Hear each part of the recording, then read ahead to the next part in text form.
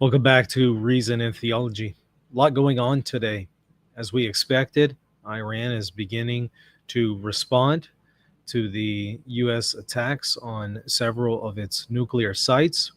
We're going to take a look at incoming bombs to a Qatar United States base, as well as the status of that. Also, I want to take a brief look at the uranium and whether or not Iran was able to get the uranium out before its nuclear sites were bombed. And if so, do we know where that uranium is? Does that set back the Iranians with their nuclear technology and plans? Also, Trump's faith office right now is making a show in front of the White House. Evangelicals are outside of the White House praying and speaking in tongues and calling down God's blessings and protection upon the United States. We're going to take a look at all of that coming up next right here on the Michael Lofton Show with Reason and Theology.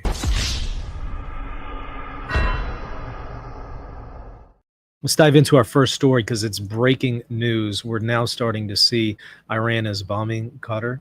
6 ballistic missiles confirmed incoming. I have seen some reports saying that they have so far been intercepted. I don't know if that has been confirmed, but there is some video footage of the incoming bombs. Let me go ahead and show my screen and let's see what's going on.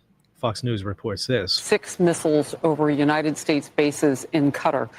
I'm looking now, major cases of GPS jamming in Qatar and other Gulf states. Iran is bombing Qatar. Let's bring in now Chief National Security Correspondent Jennifer Griffin at the Pentagon. You and I started talking about this about more than an hour ago now. Are we where your sources are telling you that we thought we'd be? Have we gone someplace that we're at least prepared to deal with? Well, Harris, right now, what we can tell from open source reporting on Twitter, you can see imagery of about what we're told from Israeli sources are 6 ballistic missiles that have been fired from Iran towards Qatar. As you know, as we discussed, the Al Udeid base, the largest U.S. Base in the Middle East, is about 40 miles from the capital of Qatar, from Doha. You can see the night skies over Doha right now, and there are explosions in the air. Some of those may be air defense missiles, Patriot missiles, trying to intercept those ballistic missiles. We have no indications of impact at this point. As you and I discussed before, there were satellite images from last week of Al Udeid, where the U.S. normally has a large number of transport planes, refueling planes, that those tarmacs had been emptied of those warplanes. But Al Udeid normally would have 10,000 U.S. troops based there. There had been warnings to U.S. embassy staff to shelter in place and at other embassies across Doha. We also now are learning that the airspace over UAE, the United Arab Emirates, where the United States the military has another large military base, that airspace has been closed. And we also understand there could be an imminent threat to U.S. troops and personnel at bases in Iraq. That, if you remember, just 5 years ago, Iran fired ballistic missiles, dozens of them at U.S. troops in the wake of Qasem Soleimani's killing. So a lot of intelligence warnings. We brought it to you on air just a little while ago, and now it seems that those explosions are being heard over the capital of Qatar. Well, and through your reporting, you readied us for, exactly who would be still there, and you're furthering that now to let us. And, Anthony in the chat is saying it's confirmed they were intercepted by Qatari military. Okay, thank you for that. Y'all, of course, can double check that. Jimmy asked, did she just cite open source Twitter? I caught that as well. So that tells me that, traditional media outlets at this point are looking to Twitter for their information, which I thought was incredibly interesting. But it also makes sense because we tend to actually find breaking news first on Twitter before anything else. The downside with that is there is a lot of misinformation and also AI generated information on Twitter. So, you have to be discerning. That's all I'll say with Twitter. Now, I have seen political analysts say that this is certainly not going to be good for the United States, because a number of political analysts feel that America is not prepared to defend itself with these bases, that Iran will be able to overcome them. I don't know. We'll see how it plays out. But we knew that this would happen, right? I actually just saw somebody in the chat jokingly saying, wait, you mean that the Iranians are not just laying down and taking it? They're actually responding? Right. I mean, for anybody who is telling you that, oh, yeah, this was the end of it, it was a one-off thing, and now it's a time for peace, as JD Vance was telling us, you know what? They're deliberately misleading you. And I was incredibly ashamed to see JD Vance try to spin this and try to pitch that to the American people as if we're idiots, and really think that, oh, yeah, this is the end of it. You know, America was just in and out, striking Iran, and, you know, Iran isn't going to do anything. And now it's the time for peace. You know, of course, you remember Trump is saying, hey, by the way, we just bombed these nuclear sites in Iran, but now's the time for negotiation and peace. We all laughed at that, saying, okay, you can't bomb somebody and then say, all right, now let's talk peace. We knew, of course, that they would respond, and I suspect this is only the beginning of their response. And, of course, as many fear, this is going to drag the United States in another forever war. Another war, really at the bidding of Israel. And because of Netanyahu and his aims and his ambitions and his information that he is sharing with the United States, that, again, Trump appears to think is reliable. So this is absolutely concerning to see. We'll, of course, see how it plays out. Here's a little bit of video footage of the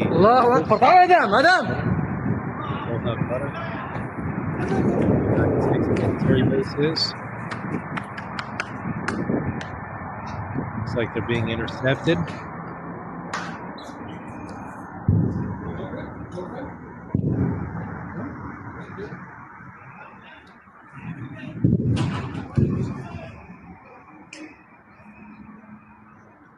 And if Qatar's military had to get involved to intercept these, what does that tell you about the strength of U.S. bases? And also, it then gets involved another nation into this battle, which means others are going to get involved as well. This is why a lot of people fear this is going to trigger World War III. Here's another video with just a little bit of a closer up. Looks like it's pretty much the same footage, however. You can see them right here, but it looks like they're going to be intercepted here in just a moment. There we go.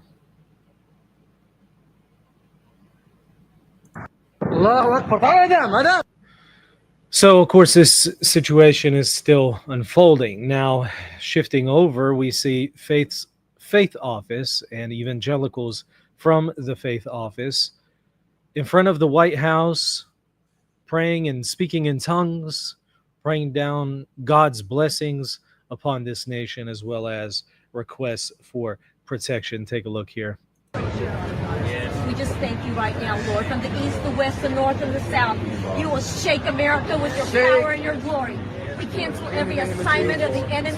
This nation was birthed to be one nation under God, and we are standing on the soil of the White House, and we are declaring your word. Every place that our foot will trod, you will give it to us, and we are taking the land. We thank you, oh Lord. You have brought us to the kingdom for a time such as this, and this is the time. And so we declare right now, from the capital of our nation, that America will come back to God. We will come back to God. Nothing will stop this nation. And we speak right now by the authority of heaven. You told us to bring heaven to earth. Heaven is being released through your people right now. Yes, this is the kind of goofiness that is going on right now at the White House. And unfortunately, people like this have a great deal of influence right now in various governmental sectors. Clearly, the White House, clearly, these are the people who have the ear of Donald Trump, which is outrageously concerning. Also, let me show you this from Trump that he posted on his Truth Social. Also reposted by Trump War Room. Did I hear former President Medvedev from Russia casually throwing around the N-word nuclear and saying that he and other countries would supply nuclear warheads to Iran. Did he really say that, or is it just a figment of my imagination? Well, of course, he's being rhetorical here, right? If he did say that, and if confirmed, please let me know immediately. The nuclear word should not be treated so casually. I guess that's why Putin's the boss. By the way, if anyone thinks our hardware was great over the weekend, far and away the strongest and best equipment we have 20 years advanced over the pack is our nuclear submarines. They are the most powerful and lethal weapons ever built, and just launched the 30 Tomahawks. All 30 hit their mark perfectly. So in addition to our great fighter pilots, thank you to the captain and crew. Okay, so it looks like he's sending, of course, Russia a message here. Russia and North Korea have both said that they are willing to supply Iran with nuclear weapons, which means that what took place with the strikes in Iran by the United States has pretty much guaranteed that Iran will obtain nuclear weapons. At best, the United States has just delayed that process, but it will happen for sure at this point, which is why I was saying, and in fact, it's also what the Pope just came out and said yesterday, that Donald Trump should have rather pursued peace talks and continued with the negotiations instead of just going ahead and ending those and ending that attempt and proceeding with the way that he did. Of course, the Pope again has condemned the actions here of the United States and has condemned what Trump did. Perhaps I'll pull up a clip of that here in just a moment, but that was in his address yesterday after the Mass, or actually during the Mass. And you can find plenty of footage of it online, as well as transcripts and information on the Vatican website where this is being reported from, again, Pope Leo XIV, himself from the United States, lived here for a few years, of course, served in Peru and other places in South America, but born in Chicago. And here he is condemning what the United States is doing, condemning what the Trump administration is doing, pretty much like his predecessor, Pope Francis. Now, let's also shift over to this situation. There are fears over Iran's missing 400 kilograms of uranium. Iran claims to have smuggled almost all of the country's highly enriched uranium to a secret location before the U.S. launched strikes on its nuclear base. One moment, y'all.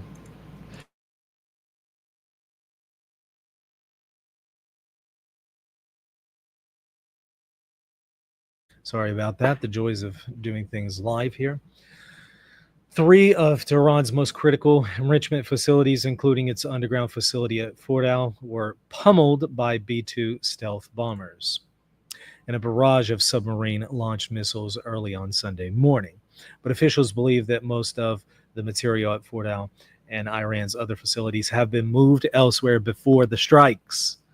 So before the United States attacked these facilities, they were already moved. So in other words, what did we really gain by this?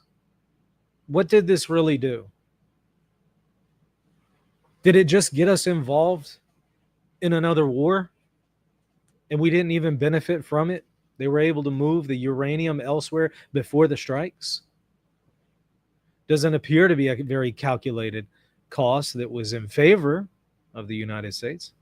Iran has vowed to continue enriching uranium in defiance of Donald Trump, raising further concerns over its nuclear program. And then elsewhere, there are reports that officials concede they don't know the fate of Iran's uranium stockpile.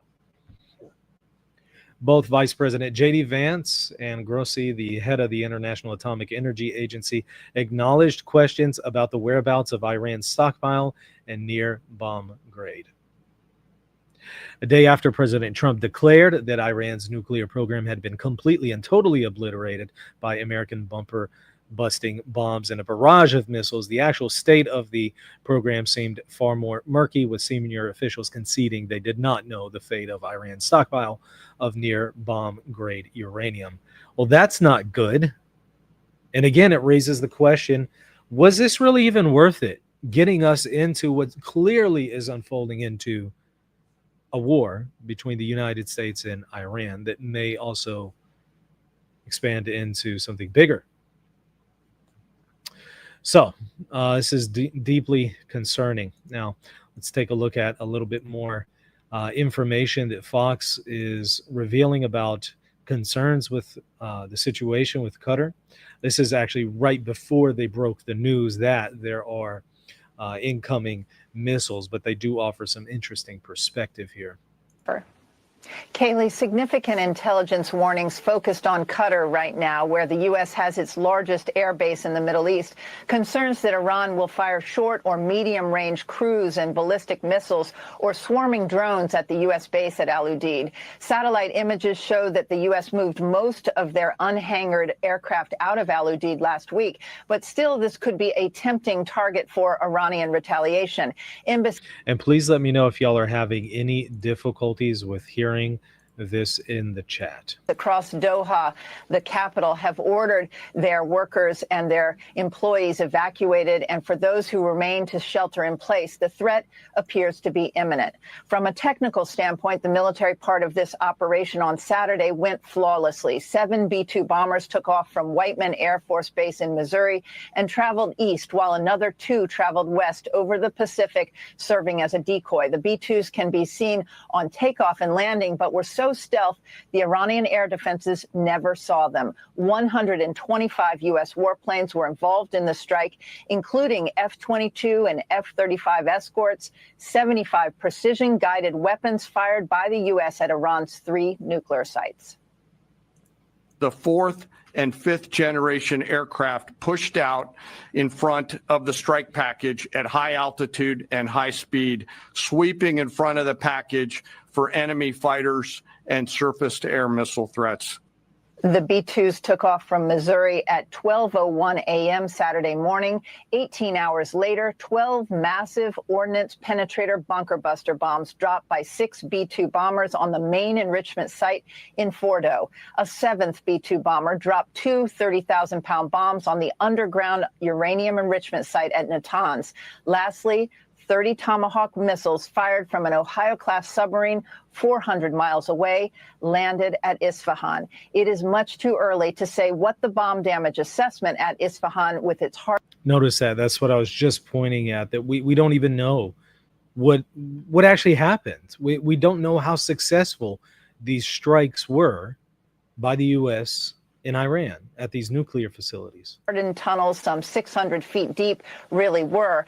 Current and former Pentagon officials think the program was likely set back by 1 to 2 years, but no one knows where the highly enriched uranium actually is. 900 pounds of it, enough for 9 nuclear bombs. It could have been moved or could be buried, we're told.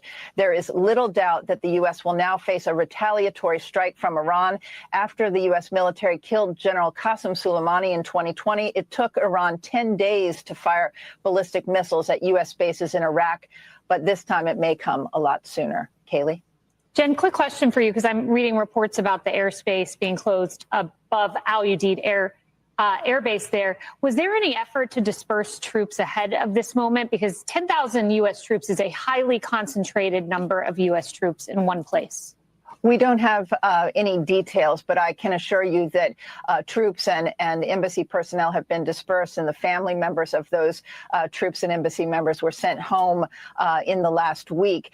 Also, we can report that many of those, we had satellite imagery showing that many of the planes that were at Al Udeid, the U.S. warplanes, they had been moved. You couldn't see them on the tarmac last week, but still a very tempting target symbolically and otherwise for the Iranians, and certainly closing the airspace over Qatar. It's clear that other embassies, as well as the Qatar itself, has this same intelligence. Now, take a look at this. This is what Pope Leo XIV said yesterday about President Trump and the strike by the United States. Watch what he says. Fermare la tragedia della guerra. He says, stop the tragedy of war before Prima che essa diventi una it voragine becomes an irreparabile. irreparable Non chasm. esistono conflitti There are no distant lontani conflicts quando la when dignità human dignity umana is è at in stake. gioco. La guerra non War does not risolve i solve problemi, problems. anzi li On the amplifica contrary, it e amplifies them and produce inflicts ferite deep profonde wounds nella storia dei on the popoli, history of che peoples, impiegano which generazioni take per generations to rimarginarsi. heal. Nessuna No vittoria armed armata victory can potrà compensare il compensate for the pain dolore of delle mothers, madri, la paura dei the fear of bambini, children, or il stolen futuro futures. rubato. So, again, this is not the first time that the papacy has spoken against the Trump administration. We have seen that previously with Pope Francis, now seeing it again with the new Pope, Pope Leo the 14th, who is saying rather that the United States should have continued to pursue peace talks. That's what Pope Leo the 14th said. It's exactly what I was saying as well. Now, take a look at this ridiculousness from JD Vance. You know how a lot of people are concerned about getting into these forever wars? You know how Trump was telling us that he's opposed to that? He was critiquing other presidents for that, saying it was the wrong thing. And you know how he promised no more forever wars, promised us peace, promised us he wouldn't do what he actually just did? Watch JD Vance try to explain it all away and reassure you everything's okay. And the second thing is, Kristen, I certainly... Let me actually turn up the volume a little bit so you can hear it. Okay. And the second thing is, Kristen, I certainly empathize with Americans who are exhausted after 25 years of foreign entanglements in the Middle East. I understand the concern, but the difference is that back then we had dumb presidents, and now we have a president who actually knows how to accomplish America's national security objectives. So this is not going to be some long, drawn-out thing. We've got in. We've done the job of setting their nuclear program back. We're going to now work to permanently dismantle that nuclear program over the coming years. And that is what the president has set out to do. Simple. And the second thing is, Kristen. Now, did you see that? Not only the ridiculous claim that, well, you know, it was bad when previous presidents did this, but it's okay now because our president is a lot smarter than those other presidents. Oh, yeah, that's just so reassuring. But then he tells us, look, it's just kind of a one-off deal. You know, we were in and out, and that's the end of it. Right. Yeah. Like Iran isn't going to respond. Right. And now we're, of course, seeing Iran respond, and it clearly isn't the end of it. This is the very beginning.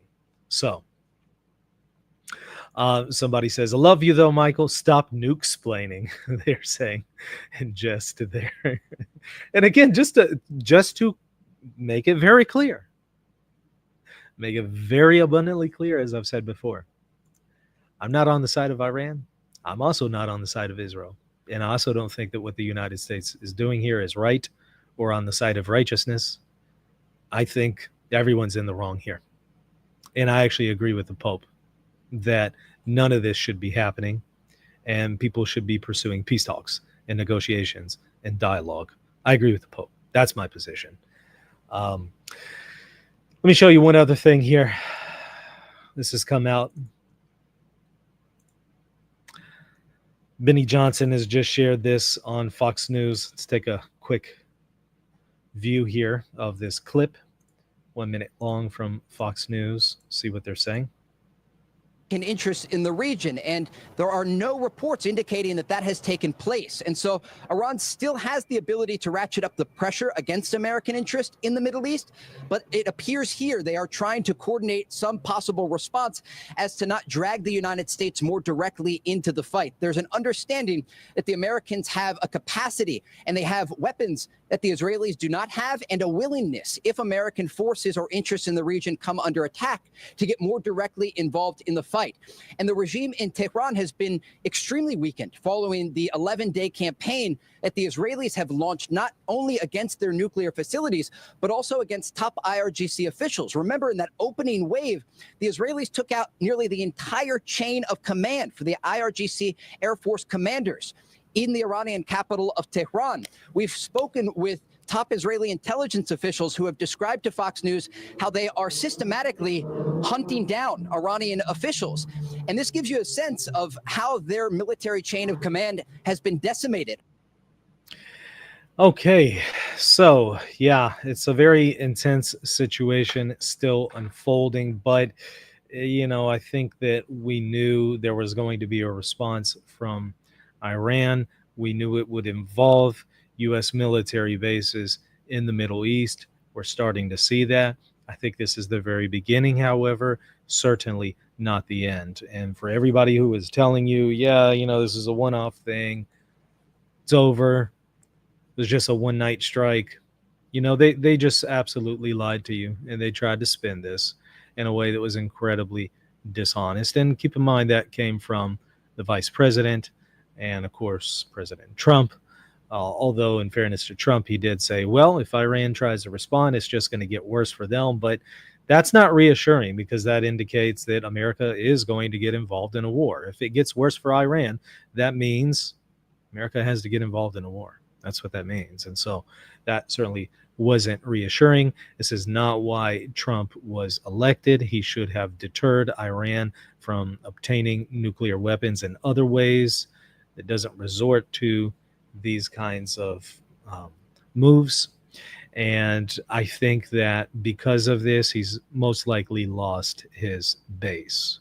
The vast majority, I suspect, of people who voted for Trump are not happy with this, did not want this, and no longer support him. And I do suspect what will happen, unfortunately, is people are going to react to what Trump is doing and this current administration and its direction. The next election, they're going to overreact, and they're going to go back to putting liberals back in charge instead of continuing maybe having conservatives in charge. They're going to say, nope, look what the conservatives did. We need to go back to liberals. And, I'm not saying that's the right thing, but I am saying I suspect that is how voters are going to vote in the next election because of stuff like this. So I actually think that in many ways, President Trump has really harmed his party, harmed conservatives, and also, again, is apparently going to be getting the United States involved in another forever war. I'll keep you updated as information comes.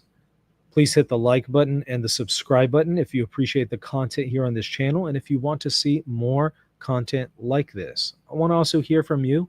What are your thoughts? Do you agree or disagree with the United States strikes here in Iran? Do you think that Iran made the right move here, or if it should have just, laid down and did nothing? I mean, do you think that the Pope is right? Do you think that rather both should have just pursued peace talks? I want to hear your feedback. Of course, put it in the comment section. So drop a comment, hit the like button, hit the subscribe button, and also consider supporting the channel by becoming a patron and getting access to exclusive patron-only content. Great way that you could do it is hit the join button right here on YouTube, right next to the subscribe button, or visit Patreon, patreon.com/Reason and Theology. See you later.